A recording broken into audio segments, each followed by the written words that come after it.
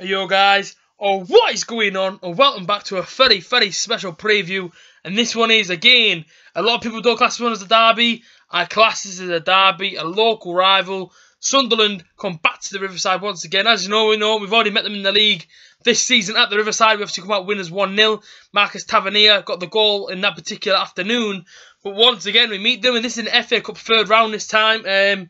Extra special, I mean, the league's great when you play a rival, in the league. When you play them in a cup, I mean, it's one of them whereabouts, both teams want to, but, well, you know what I mean? Neither of us want to lose, let's be honest. Sunderland don't want to lose. I mean, they've sorted that out as well. I'm not too sure how many Sunderland have brought. I heard of all, to be honest, we've heard all sorts of figures, like 10,000, 7,000, 2,000, 4,000. If you're a Sunderland fan watching this, comment down below, let me know how many tickets you've sold, because I would love to know how many you've actually sold, as I've been told numerous amount of numbers.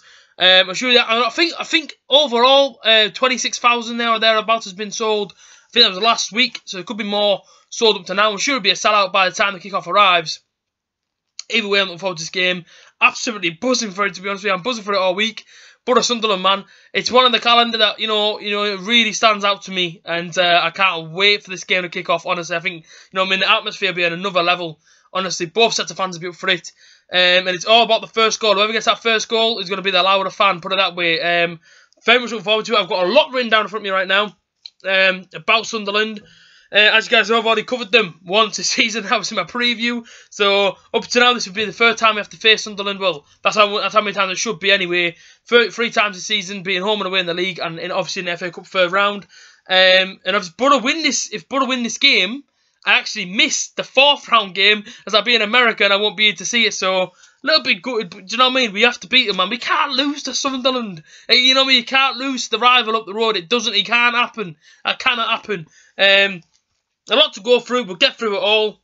And as I say, no disrespect to any team that I ever talk about. And Sunderland fans, don't take nothing to heart if I do throw in a few early shots. You know what I mean? I'm just excited for the game. And it's friendly shots. You know what I mean? I'm not one of these people that will say it with much anger in my voice. Anything I do say about Sunderland, it is purely just on a banter basis. So, Sunderland, FA Cup third round. And the manager, Chris Coleman, obviously recently managed Wales. Obviously come out of that job, come up north, and has gone to manage Sunderland.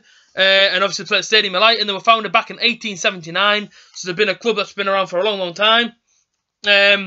And the only downside for Sunderland fans, I think, going into this one is the fact that they do sit currently set 24th, which is rock bottom of the Championship.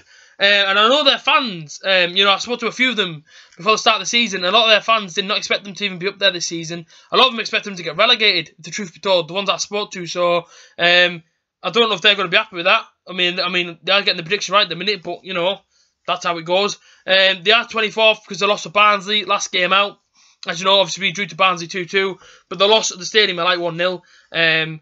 Now, I can't really talk much on their league form and stuff, because this isn't a league game, this is an FA Cup game. Now, the only thing I can talk about is our FA Cup games between both clubs. That's exactly what I'll do. The last time these two met, so we have met them, we have met Sunderland in the FA Cup once before. Now, if you're familiar with your cups, and you kind of know when Boro and Sunderland have played each other, this is before we played in the Carabao Cup. I should say the Carling Cup when we played them at the time, or the Emirates, you know what I mean, whatever the hell it was called back then. So we played him in the FA Cup before we played him in the Carling Cup the year after. The first time we met him in the FA Cup recently, they actually beat us. Sunderland beat Middlesbrough in the replay at the Riverside, and I'm sure many of you remember that one. I actually went to both games. The first one was on the 29th of January 2012, and I was that over to the Sunderland fans that when they showed the fans celebrating, though I wasn't even on the camera, I was that far over celebrating to the Sunderland fans. Barry Robson opened the score in that particular afternoon. Fraser Campbell got the goal back in the second half. We drew 1-1 in that game. We then came back to the Riverside to that midweek game on the 8th of October. And it went into extra time, and Sunderland nicked it late on. Sesson Young got the goal. They beat us 2-1. Jack Colback opened up the scoring when it hit the bar and went in the back of the net. Lukas Jukovic got the goal back for us against the North Stand. And then near enough the end of the game, I think it was about the 116th minute or something like that it was, Sunderland broke went into the box and Sessegnon put in the bottom corner, and they beat us 2-1. And I can still remember the images in my head of the Sunderland fans going absolutely ballistic in the south stand, where I sit now. Yeah, and I'll tell you now, it wasn't the prettiest of nights, but you know what? I remember how proud I was of the players. You know, I remember Sunderland were Premier League back then, we were Championship. And just the fact that Boro went 120 minutes with a Premier League team, you know, I couldn't have been more prouder than Boro's performance, even though we got beat. It was, I still remember, you know, even though we were still a bit gutted in the stands, we were still very, very proud of the players. Because they give it their all, and that's one of the things I've asked for all season, to give it your all. And I'm sure this weekend, you know what I mean, the players will know from both sets of fans, you know, from both sets of fans, you know, all the way down to the players will know just how much this means to both teams, you know. This is a massive game. And, you know, many people don't class it as a derby, as I've just said. Many people do. And either way you look at it, Middlesbrough Vs Sunderland is always a massive game on the calendar.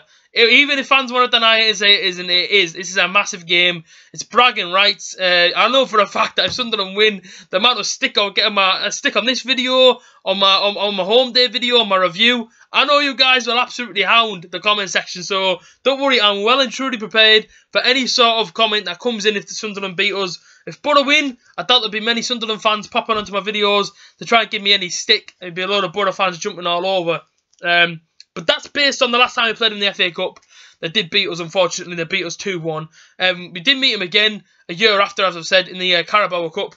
And that was on the 30th of October. That was also a midweek game. I went there with my little brother. And we sat that high up in the away end. We could just see the crossbar on the other end of the pitch. Boro beat them 1-0. And Scott McDonald, from an Ishmael Miller assist, won us the game that night. He beat them 1-0. And Boro have actually won the last four.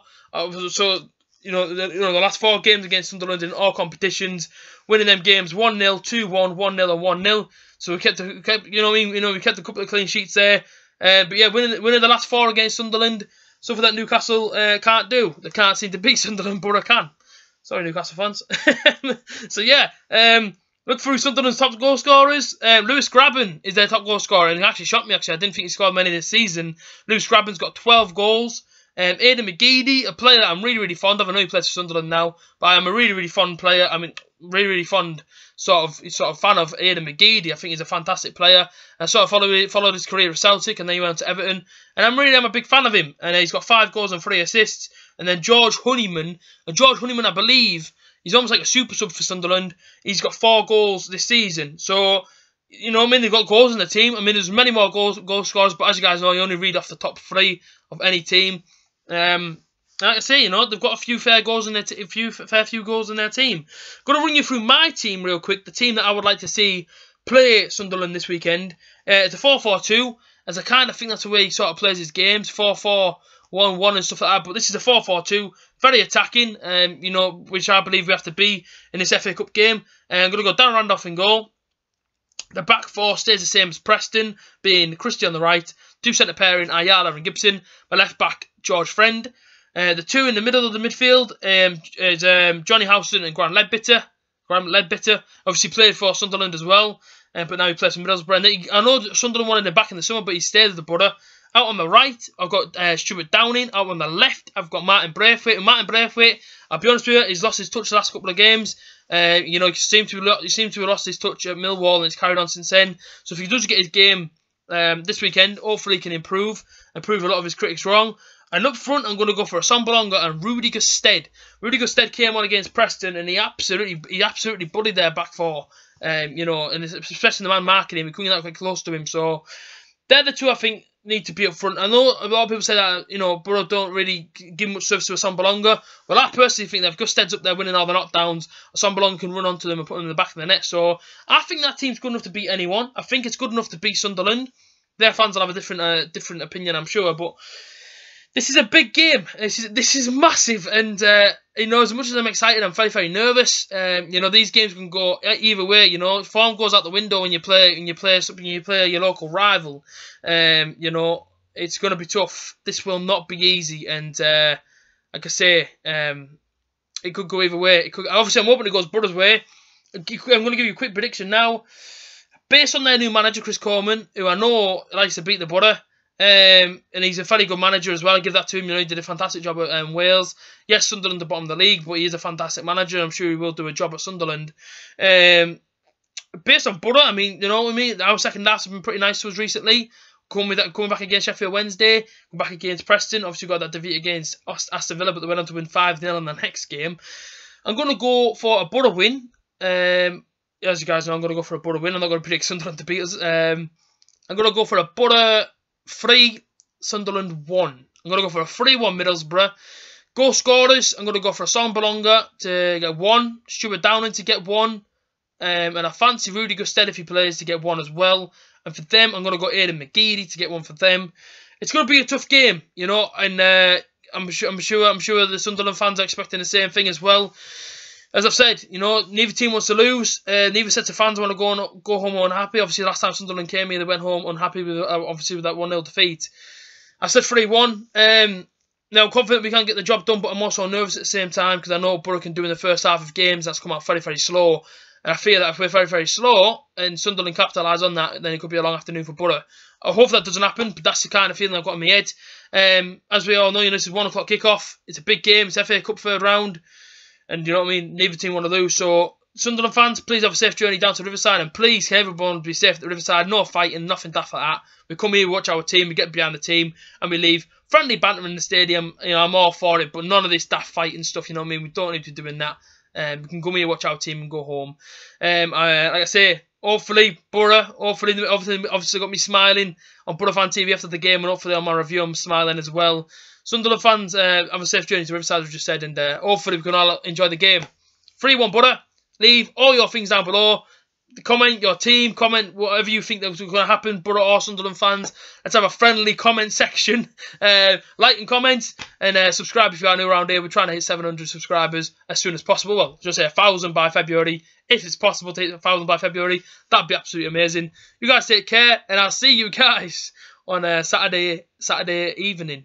Up the Boro.